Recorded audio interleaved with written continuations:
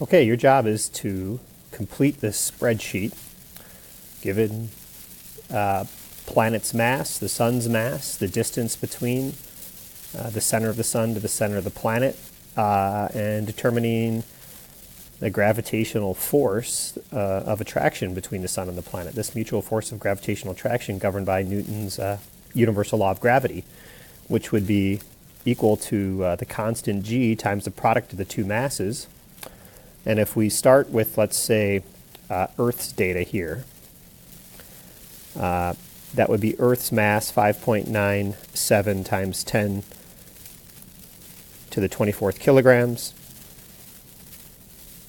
multiplied by the sun's mass of 1.99 times 10 to the 30th kilograms, divided by the distance between their centers on average, which is about 1.50 times 10 to the 11th meters, and square that distance in the denominator.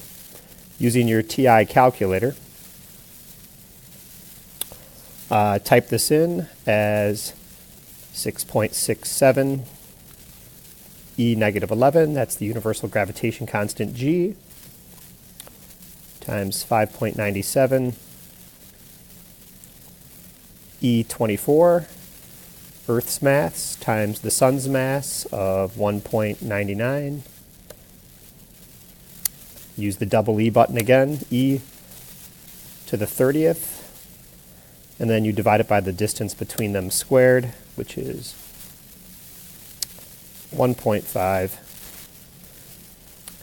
E11, and then squared. Press enter. Double check your work. You have the G times M1 times M2 divided by the distance squared.